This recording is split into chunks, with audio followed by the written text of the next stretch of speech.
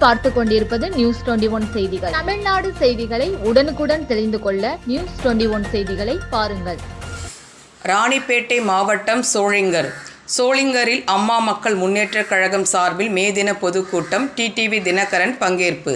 ராணிப்பேட்டை மாவட்டம் சோளிங்கரில் மே தினத்தை முன்னிட்டு அம்மா மக்கள் முன்னேற்றக் கழகம் சார்பில் மாபெரும் பொதுக்கூட்டம் மாவட்ட செயலாளர் என்ஜி பார்த்திபன் தலைமையிலும் அம்மா மக்கள் முன்னேற்றக் கழக தலைவர் முன்னாள் நாடாளுமன்ற உறுப்பினர் சி கோபால் முன்னிலையில் சோளிங்கல் பேருந்து நிலையத்தில் அம்மா மக்கள் முன்னேற்றக் கழகம் சார்பில் மே தின சிறப்பு பொதுக்கூட்டம் நடைபெற்றது.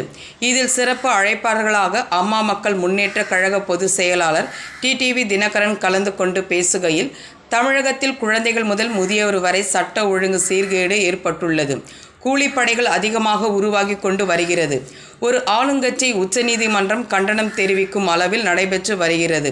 2011ஆம் ஆண்டு இலங்கை தமிழர்களை கொல்வதற்காக ராஜபக்சேவுக்கு திமுக அன்றைய ஆட்சி ஆயுதம் வழங்கியதால் மக்கள் அவர்களை வீட்டிற்கு அனுப்பினார்கள் என பேசினார்.